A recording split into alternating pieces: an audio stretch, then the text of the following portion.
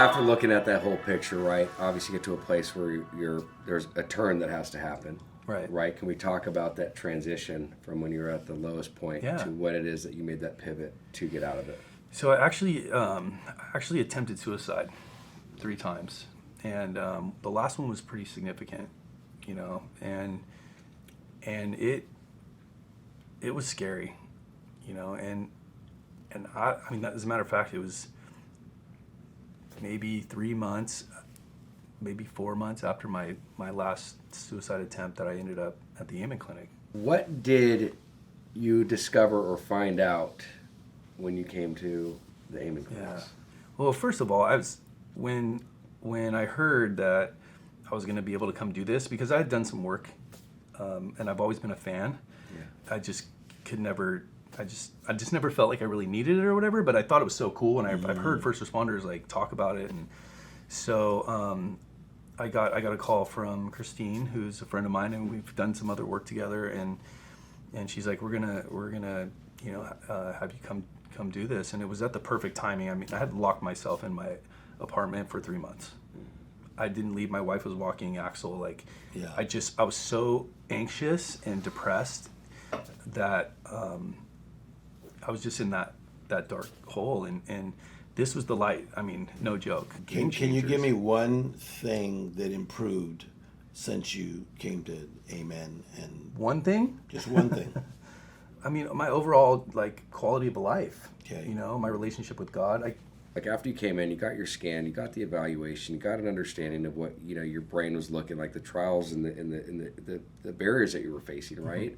What were those next few months? What did they look like? Just kind of in a simplified version. So I started to take some of the supplements that were recommended in the BioPsych Social. Calm My Brain, which I take every night, and the GABA, calming support, and I started the hyperbaric treatments, and then slowly I got another treatment done. It was an epidural in my basal ganglia, and then I started seeing my therapist more, and I got back in the rooms of recovery, and I started working through that stuff, and just slowly, I just started leaving my house, and then started doing some of these things, and I decided to retire from the fire department, and that was a huge relief, because the job was really taking from me more than it was giving, and I just to hang that up was bittersweet. But doing that and going through the retirement process and, just bookending a lot of this, and just moving forward every day. I mean, my life looks so much different, and it was gradual, but I mean, going from locked into my apartment, with the windows covered and the mirror, because I couldn't even look at myself, to going out in the world, and I'm back, speaking, teaching, sharing my story. There's a documentary I'm in that's going across the country, so I've been doing that, and just this is my ministry now.